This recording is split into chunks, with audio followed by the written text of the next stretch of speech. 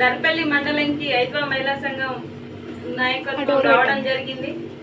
ఎందుకంటే గత 2 రోజులుగా 3 రోజుల నుంచి మనం చూస్తూ ఉన్నాం. ఫిబ్రవరి 14 నుంచి రెగ్యులర్ గా టీవీలో వాట్సాప్లలో వస్తున్న ఇష్యూ ఏంది అంటే అనూష అనే అమ్మాయిని భర్తనే హతమార్చారు. హతమార్చిన తర్వాత అది హత్య కాదు ఆత్మహత్య అని చెప్పేసి క్రియేట్ చేసి కేసుని పక్కదోవ పట్టిస్తున్న పరిస్థితి మనం చూస్తా ఉన్నాం. గత 3 రోజుల నుంచి కూడా ఇక్కడ కుటుంబీకులు అట్లాగే గ్రామస్తులు అనేక ఇబ్బందులు ఎదుర్కొంటా ఉన్నారు.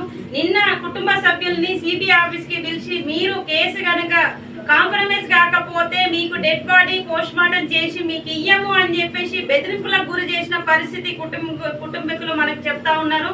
అయితే ఇక్కడ మనం గుర్తు పెట్టుకోవాల్సింది ఏంటంటే ప్రతి ఒక్క ఆడపిల్లకి ఈ రోజు రక్షణ లేకుండా పోతుంది. ఎన్ని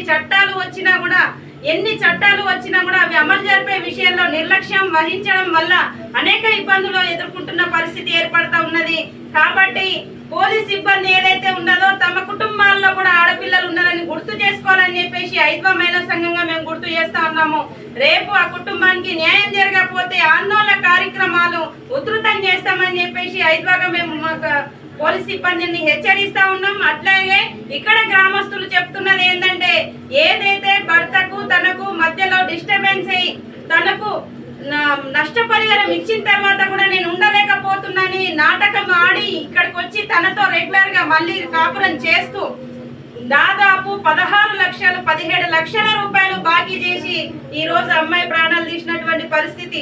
అయితే తల్లిదండ్రులకు గ్రామస్తులకు తెలిసినాయి 16 లక్షల రూపాయలు 17 లక్షల రూపాయలే కానీ తెలియకుండా ఇంకా ఉన్నాయి అని చెప్పేసి చెప్తా ఉన్నారు. దాదాపు ఇంకా 6-7 లక్షల రూపాయలు అంటే దాదాపు 20 నుంచి 25 లక్షల రూపాయల వరకు అప్పు చేసి ఆ అమ్మాయి ప్రాణం తీసిన పరిస్థితి ఈ రోజు గ్రామస్తులు చెప్తా ఉన్నారు. అందుకే డెడ్ బాడీని మేము అంత్యక్రియలు చేయకుండా ఆపడానికి కారణం అదే అని గ్రామస్తులు చెప్తా ఉన్నారు, కుటుంబీకులు చెప్తా ఉన్నారు. రేపు మేము ఆ అమ్మాయి అంత్యక్రియలు అయిపోయిన తర్వాత ఏదైతే బాకీలలో ఉన్నారో వాళ్ళు వచ్చి మా ఇంటి పైన పడితే మేము కట్టలేని పరిస్థితిలో ఉన్నాము అని చెప్పి చెప్తా ఉన్నారు. తల్లికి సరిగ్గా కళ్ళు కనబడవు, ఆరోగ్యం సహకరించదు, తండ్రి కూడా ఆరోగ్య పరిస్థితి బాగుండదు.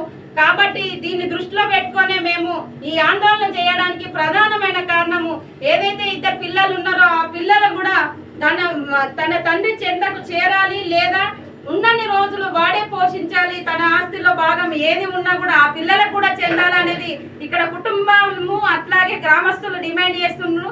ఈ డిమాండ్ నెరవేరేంత వరకు కూడా వాళ్ళకు అండగా ఐద్వా మహిళా సంఘం ఉంటదని మేము హెచ్చరిస్తా ఉన్నాం. ఐద్వాగా వాళ్ళు ఎప్పుడు మాకు సమాచారం ఇచ్చినా మేము వచ్చి సహకరిస్తామని చెప్పేసి వాళ్ళకు కూడా హామీ ఇవ్వడం జరుగుతుంది. ఈ అమ్మాయి విషయంలో న్యాయం జరగకపోతే పోలీస్ సిబ్బంది సంగతి కూడా తేల్చడానికి ఐద్వాగా మేము సిద్ధంగా ఉన్నామని చెప్పేసి హెచ్చరిస్తా ఉన్నాం.